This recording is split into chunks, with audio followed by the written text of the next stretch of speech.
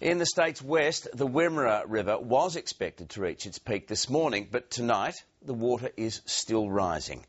The towns of Donald and Charlton were mopping up today, but the State Emergency Services warned Horsham to prepare for a 50-year flood.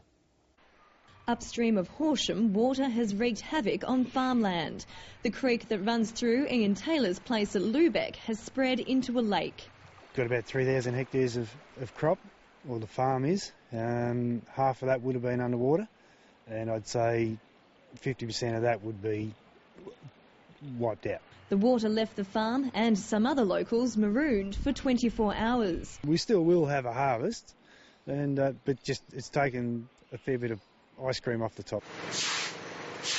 Northeast of Horsham, the town of Charlton is drying off and cleaning up.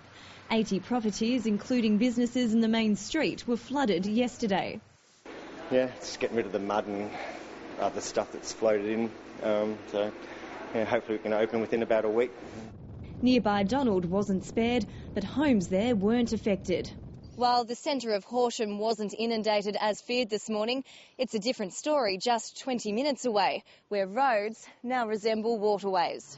At a community meeting in Horsham, the SES said the town is still expected to experience flooding. It's just a matter of when.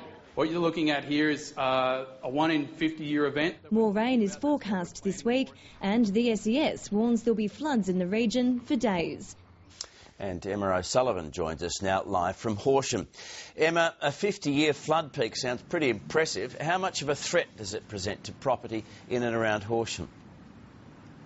Well, the good news is authorities aren't expecting any major damage in the town of Horsham.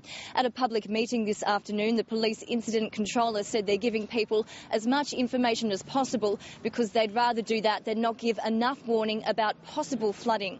If it's needed, a relief centre will be set up in the town hall. Residents were told the Wimmera is rising at a rate of about an inch per half an hour and that its rise will be steady and gradual.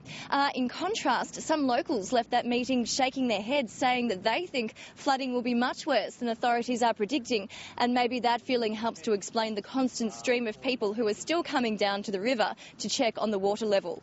What about road closures, Emma? How hard is it going to be to get around the region in the days ahead? That's still part of the waiting game, but the areas listed as likely to be affected in this region are the Dooin Swamp area, the Longrenong area and the Riverside area. The Vic Roads website is listing several roads as closed, and there are several more that are likely to be closed. Righto, Emma, thank you very much.